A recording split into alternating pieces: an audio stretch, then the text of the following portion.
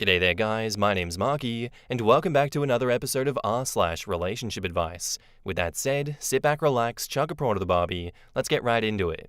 Cheers. My mother, 60s, published her diary in which she writes about resenting me, now 30s female, as a child. Not sure how to respond. I apologize for the wall of text. My mother has fancied herself a writer for as long as I can remember. She has kept journals, dating back to junior high school, detailing everything from first periods to first boyfriends, etc. After numerous rejection letters from publishing houses, my mother decided to self-publish her own book.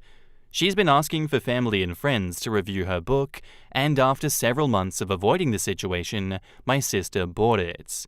She was skimming through it while on the phone with me, and nearly immediately advised me against reading it. I did, and was saddened, but not really surprised to learn that it's filled with not only memories of her growing up, but my first years as well.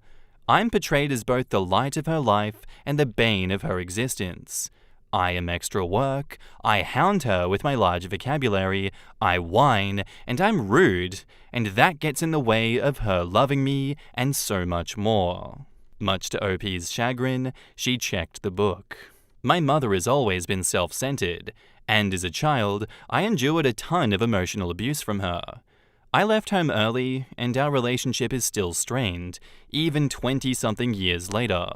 Her narcissistic tendencies have continued, impacting her relationships with her grandchildren. Reddit, I am just so done. I don't know how to respond to her request for a book review. She cries victim every time I've tried to tell her the truth about her behavior, and I'm painted as the bad seed. I'm so used to her behavior that, while I was saddened by what she wrote, resignation was the overwhelming emotion. She is never going to change. There isn't anything that I can do to make her realize that she is not destined to be the next Elizabeth Gilbert, and that I am done trying. She has the ear of my grandparents, who are also maligned in the book, and my stepdad, all of whom I love dearly. My relationships with them would suffer if I went no contact with my mother. In the comments, you should give her a review that says, 1 star for a contrived, boring description of an uneventful life, and the uninteresting, lackluster narrator with absolutely no self-awareness to the point that it was just kind of sad. This self-published book has caused me to lose all faith in the First Amendment, freedom of the press. Would not recommend. You should probably set up a charity for the children of some of today's mummy bloggers, because there's going to be a lot of people in the same boat as you in the next 10 to 20 years. Perhaps you just need to keep ignoring her requests to review her book. You can't give her a positive review without being untrue to yourself.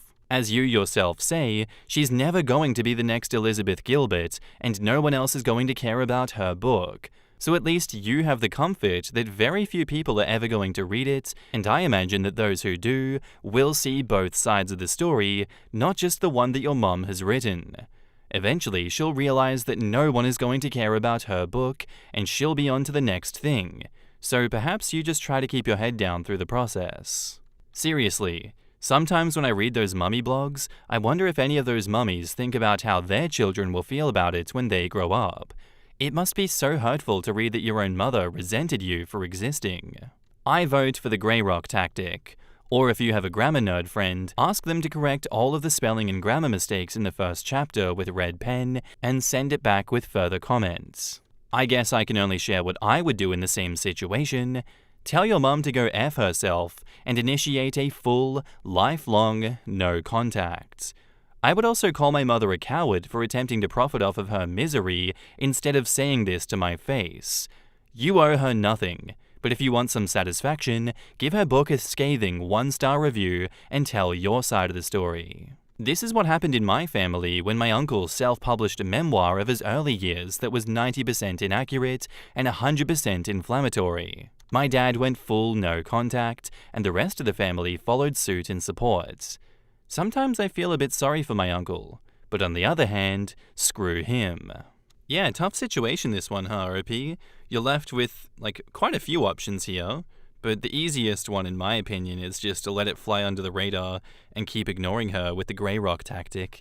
because it's obvious you don't want to go no contact with her because of her connections to everyone else in the family. That I can completely understand, and that's why grey rocking is recommended in situations like this.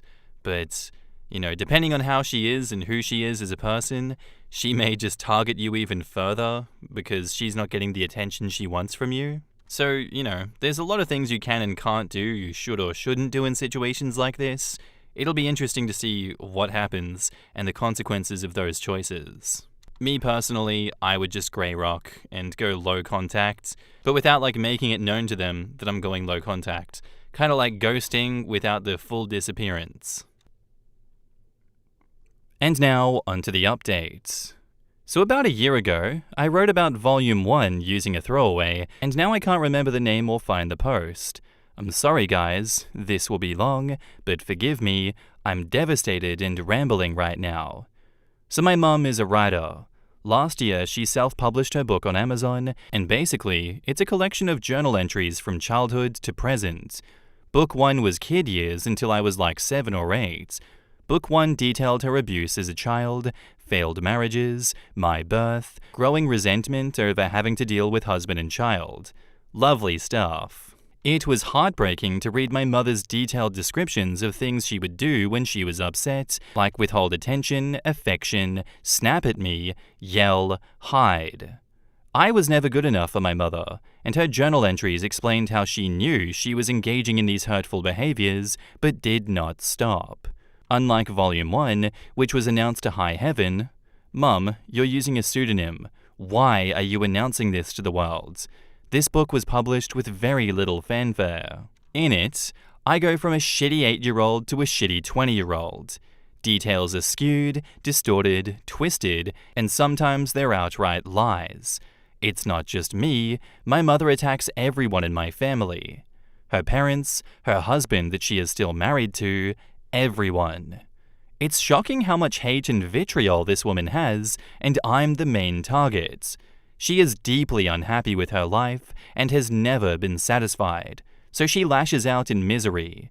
From detailing my lazy eye, to my bitterness over her divorce, to the fact that I was adopted, to glasses, everything is a weapon used against me. She attacked my kids, writing that I had them too young and too many. I have 3, and they are a curse. I love my kids more than anything, and dedicated myself to being a better parent than she ever dreamed of being. On most days, I think I was successful. Other days, just like today, I feel awful. I was used to this when I lived with her, but I'm 40 now, mostly out of her reach. This is the lowest of blows. Every feeling I had when I was a kid, every insecurity and fear and feeling of worthlessness is just flooding back, and I can't stand it. Confronting her or even going no contact will play into her status as a professional victim. If I write an unfavorable review or even call her on her bullshit, she would still play the victim. She doesn't cause problems because in her mind they happen to her.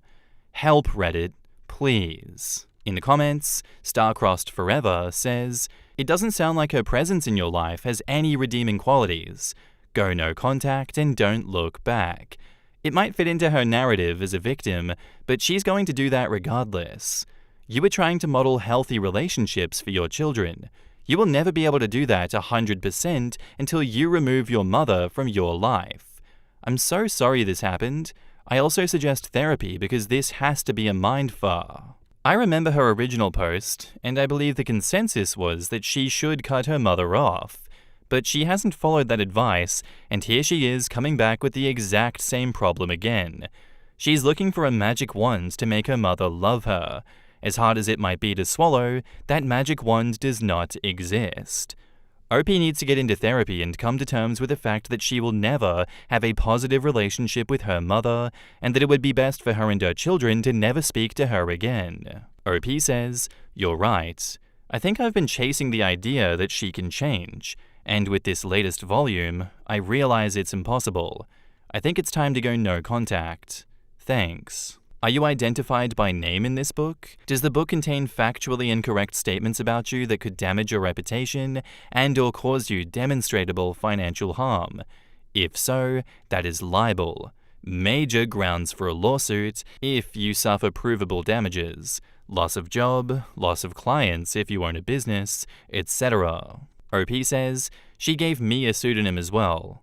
I thought about that, but other than damaging my reputation with friends of hers and our family, no one would know that it's me. Update 2. Hi all. I posted this rant about my mother a few months back. I received some wonderful advice from many of you, thanks to Starcrossed Forever, and wanted to give a little update. I've been no contact with her since about a week after that last post. I sent her a brief email detailing the why of it all and said I don't want any contact except in the case of extreme emergency. She never responded. She emailed me once before Christmas to let me know that she was mailing something to my kids. I responded only with their email addresses and phone numbers so she could contact them directly. I don't expect to ever heal this rift. There is no magic wand to make her love me, and my mother will never recognize her own faults. I've done some therapy and a ton of soul-searching and realized that's okay. I don't need the negative in my life. I'm better off without her. I spoke to my grandparents briefly about the situation, and they were so much more supportive than I could have hoped. My grandma gives me the occasional update, but she's as done as I am. So that's it, no drama, nothing except for a closed chapter in my life and a lot less weight on my back. Much love and thanks to you all. In the comments, Rebel Heart says, why on earth would you give that woman your kids' contacts? She's only going to tell them all kinds of lies about you, I guarantee it. OP says, my kids are nearly grown, 17, 18, and 19. My mum lives in another state, and their contact with her was already limited. They have watched this unfold from the beginning, and while I didn't give them intimate details, they know enough. They've also had personal experience with her. My older daughter confided in her that she was going through a really difficult time. My mother swore to keep her secrets, then promptly turned around and told me everything. They are well aware of how she operates. Thank you for asking though. As someone who has also lost parents due to their selfishness and lack of love for me, I feel you and am really sorry. You can't be loved by the heartless. And OP says, you're right, you can't. But that's not your fault, and I'm sorry that you went through it too. I feel so awful for OP. It's one thing to go through stuff with your parents while growing up. It's a whole other story knowing your childhood is now published in a book for the world to see. No contact is the only way. It doesn't sound like her garbage got a lot of traction, so I doubt OP needs to fear about having her intimate problems read by the world. It was probably only bought by family members. Yeah, the ramblings of a narcissistic woman who thinks the world is against her, then needs to beg friends and family to read her book? As a person who had a person like that in my life, I cut her off before I read her book, man. No one's reading that book.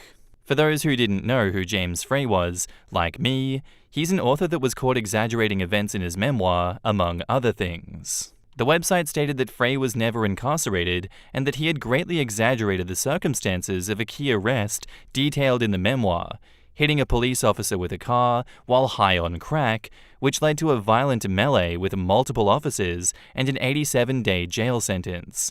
In the police report that TSG uncovered, Frey was held at a police station for no more than 5 hours before posting a bond of a few $100s with some minor offenses. The arresting officer, according to TSG, recalled Frey as having been polite and cooperative. Good effing Christ. I couldn't even fathom resenting a child that has no control over themselves, let alone making money off of a book with me making those resentments public without telling that child ahead of time. Then we get into volume 2, and it's somehow worse. OP needs like 17 hugs. Hey, that's not fair. We have no evidence that book made any money. Badgering friends and family for reviews is definitely a sign that it's not selling. My next-door neighbor has a whole box of copies of her self-published book, demanded that I take a copy, then badgered me endlessly about reviewing it on Amazon to help boost her visibility until I gave up and lied, claimed I didn't have an Amazon account. I tried reading the book once. It was awful, and I wish I hadn't. Like, you know that discomfort some folks can get over words like moist? It was that feeling in book form. Can promise nobody on the whole surface of the planet wanted to know any of those weird details about my neighbor's life. And it was just as bossy as she is in real life. Well, at least OP cut her off and is moving on from that one. I'm glad you made the right choice in this situation, OP, and thank you for doing the right thing. In the end, I guess grey rocking was not the thing to do here, and going completely cold turkey from her was the only thing that could really give you the liberation from her bullshit that you desired. So thank you for sharing your story with us, OP. This was one that I wanted to hear, unlike your mom's. Our next post is by user StreetBlackberry174, titled, "Am I the asshole for telling my coworker that I didn't enjoy my pregnancy?" A new coworker started 3 months ago. Let's call her Linda. She seems pretty nice, which is why I'm really not sure about all of this. At my work, we have a tradition where once a new employee successfully completes their probation, we go out for a team lunch. Nothing fancy, but something nice to celebrate. Linda passed her probation, so we went out for lunch. As we're eating, we all get to talking, and the topic of the magic of pregnancy and childbirth comes up. Everyone was sharing sweet moments from their pregnancy.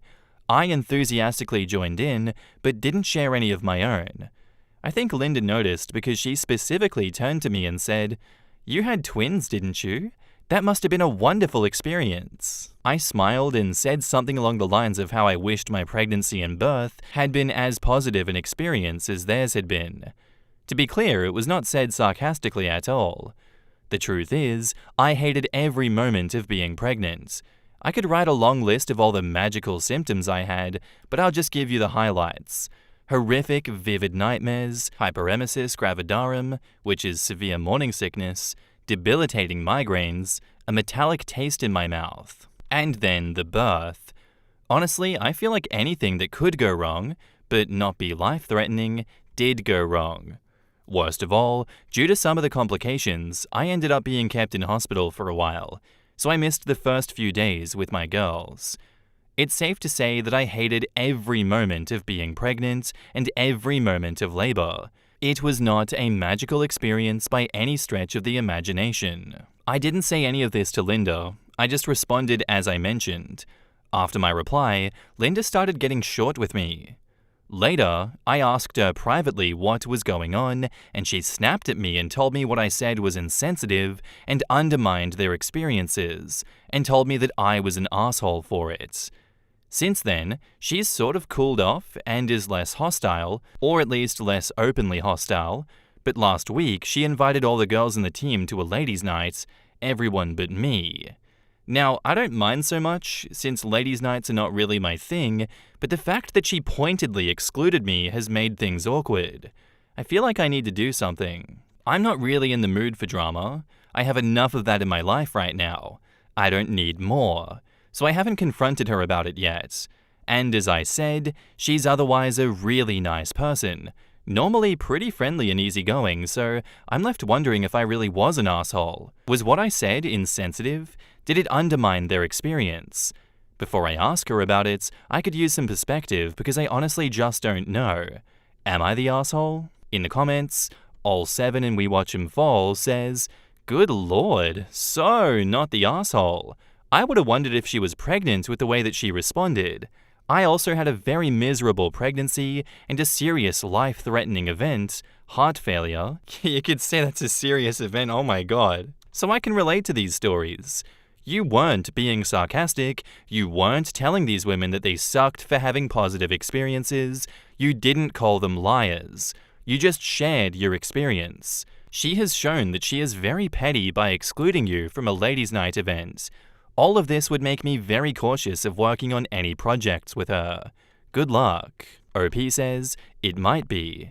The conversation came about because she was talking about how much she wished she was pregnant again, she has a 2-year-old, and how she misses being pregnant. Could be she is in fact pregnant, but if she is, then she clearly doesn't know it. It's absolutely unhinged she accused her of undermining her good experience by just not sharing your own negative one? When really her reaction is undermining anyone who did have a negative pregnancy experience. She wants it to be magical, but it just effing isn't for some people. It's miserable, and they should get to talk about it without being made to feel like a Debbie Downer. Yes, women like her that don't allow for any deviation from their idyllic preconceptions are effing exhausting. Not the asshole OP, and I would recommend keeping your distance if you can. She is not a safe person. Just keep your other work relationship strong because she's already working to cut you out. Yeah, I would have been so tempted as OP to respond something along the lines of, I was too busy puking and being sick to notice anything lovely about my pregnancy, sorry. Not really sorry, but it was a work lunch, so tossing out the little lie to soften things is a nice thing, right? I mean, I had infertility. I would have been so pissed at her conversation and attitudes. I completely agree. Not every pregnancy is magical, and it's unfair to dismiss those experiences. Not the asshole. Linda is playing mean girl, and you're her first target. OP says, until now, she has always seemed so nice. We've always had a laugh and nice chats and otherwise gotten along. I really hope this is not the case. Someone replies to OP, adult mean girls always start off nice, otherwise it's harder to get people on your side. Hopefully things will stay professional. That's because she was on probation and had to play nice. She is no longer on probation, so all bets are off. Be wary of this woman. She's trying to isolate you from the rest of the team. Bingo. She was nice because she had to be, and then went looking for blood in the water. A user up thread suggested shoring up your office relationships, and if it continues, you might want to mention it to HR. Mean girls only get worse. Just for some context, how did the conversation get that way? Is it possible Linda has had issues getting pregnant that you know of? Because otherwise, I have no idea why this might have upset her, so maybe context, if possible, would help. This is the problem with chit-chat in a work setting. I've fallen into so many traps where people bring up topics that we don't agree on or have the same experiences, and you never know what offends people. Talking about the weather, ethnic food, or mass transit are very contentious where I work. What bothers me about OP's experience is that she didn't really say anything negative. Linda was reaching to find offense in her comments. I fully back OP in this instance. I think it's a not the asshole judgment. I think Linda is being an absolute cow. I think she is off probation, so she took the training weights off and she says, who's my first target? It's you, OP. Bam! Right in the kisser. If you're a mean girl, you can't wait to be unhinged, uncaged, and free to spread around your mean girl rage. Let's bring that energy into Q4, guys, huh? Fourth quarter of 2024, we're bringing mean girl energy to the office. But yeah, I don't think OP really said anything negative. Linda was reaching. Linda's just being a witch. I think we should ignore Linda, or just leave her to her own devices. And now, onto the updates. Since posting, I've kept my distance from Linda as recommended by commenters, which has been tough because our work often overlaps, and you know, we're in the same team. Since then, I noticed she has snapped at other co-workers as well. I figured that commenters were right, that now her probation was over, the nice girl act was over too. Things were awkward. Then I heard her crying in the bathroom. I didn't want to get involved in case it caused another fight, but I also couldn't just leave her there when there might be a problem, so I told Tina, our team lead, who then went to check on Linda. A while later, Tina came back and said she had sent Linda home as she wasn't feeling well. A few days later, Linda came back to work. She asked to speak with me, alone. It probably wasn't the best idea, but I agreed to, and I'm so glad I did. Linda apologized for how she snapped at me. I asked why she excluded me from ladies' night, and she said she didn't invite me to ladies' night because I had told her that I didn't like them. To be fair, I have a vague memory of this coming up in conversation a while ago, but she had something else to tell me. It turns out that some of you were right. Linda is pregnant. When she got home, her boyfriend asked her to take a pregnancy test because the last time she was pregnant, she got super broody and her mood was all over the place. Being happy one minute, bursting into tears the next, then being super irritable. As bad as she was being at work, she was even worse at home. She took a test and, yep, she's pregnant. She told me that she wanted me to be the first person in the office to know about it. I guess it was her way of apologizing? I accepted her apology and chose to believe her about the ladies' night, albeit cautiously. I'm still keeping a slight guard up, because who knows? For all I know, this is some game she's playing. But for now, I'm choosing to take her at her word. Obviously, her being pregnant doesn't excuse how she spoke to me, but it does explain it. And if that's genuinely the issue, then hopefully that means the issue is solved. In the comments, Throwback Blue says, "Sounds like an excuse. I wouldn't believe anything she said. Being pregnant is not an excuse to treat people like that. She didn't know she was pregnant at the time though. Sounds to me like she didn't recognize her behavior was bad until it was pointed out to her. And now that she knows she's pregnant, she's now aware of the fact that she's going to be irrational sometimes and can take steps to mitigate it. Like, say, apologizing for overreacting to a perceived slight. It's not an excuse, but it is a reason. Before I found out I was pregnant, I was like that. Everything was irritating as hell. Even normal customers who weren't causing any trouble in my mind, I was like, "Why are you here, you annoying ass motherfricker?" And then I took a test and it made sense. Knowing the source of a problem drastically helps to solve it. I was still irritated a lot, but I knew that it was irrational, so I was able to calm myself down better. OP replies, "I'm still keeping a cautious distance. I'm choosing to believe her presently unless I hear or see anything to the contrary. I don't know if she's telling the truth, but I don't see any point in creating any further drama. I am keeping my guard up. I guess we'll see what happens. And I totally agree that it's no excuse to treat people that way." Further in the comments, did she even apologize? OP says, "She did, and it seemed genuine. Due to a toxic family member, I have had to learn what a genuine apology looks like, and it did seem very much like a genuine one to me.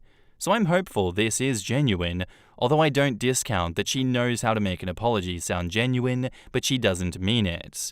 I'm hoping it is a genuine one, but I'm prepared if it's not." Someone else says, "I think, as a general rule, you should avoid taking work friendships out of the workplace.